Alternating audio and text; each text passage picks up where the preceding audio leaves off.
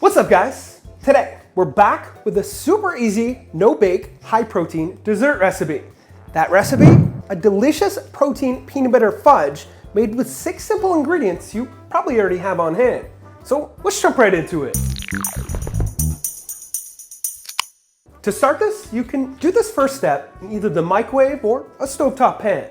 I'm going to use the microwave today. It saves both time and cleanup. Add into a small microwave-safe bowl 12 tablespoons of nut butter, 4 tablespoons of honey, and 3 tablespoons of coconut oil. Microwave those for 30 seconds and mix everything together until smooth like this. If it's not smooth after 30 seconds, continue microwaving in 15-second intervals until it is. If you're using the stovetop, stir everything around on low heat until combined. Quick tip here, to lower the carbs, you can substitute honey with either brown rice syrup or sugar-free syrup. I'll be putting more substitutes, metric conversions for every ingredient, and the nutritional information for both variations on the website, which is always linked up here or below in the description. Moving on, take out a mixing bowl big enough to fit all of your ingredients. Add into it 3 scoops of a good tasting protein powder that'll complement your nut butter flavor. Chocolate or vanilla work great. 1/4 cup of coconut or other flour. 1 teaspoon of vanilla extract, an optional mix-in, and your melted nut butter mix. Mix everything together.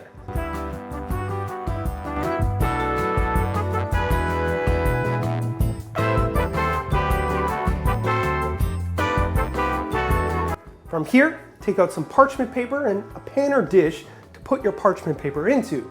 The size dish you use will determine the shape you want your fudge pieces to be. You can use a thin sheet pan like this for thin pieces or something like a bread pan for thicker pieces. Pour your mix into whatever you're using, evenly distribute it, and optionally top it. Put that into the freezer for a couple hours, and in the end, it should look like this.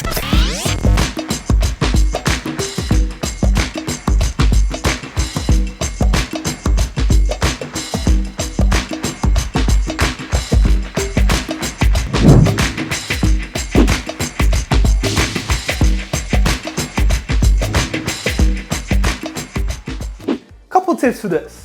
Number 1, if your mix thickens up too much, you can add in a little milk or milk substitute. Number 2, if you don't have parchment paper, you could use something silicone like these, which will also create your serving sizes and pop out easily as needed. I'll link this below. Number 3, if you want it sweeter, you can add in a little sweetener. Number 4, I'd keep it in the freezer where it should last over a month, if not longer.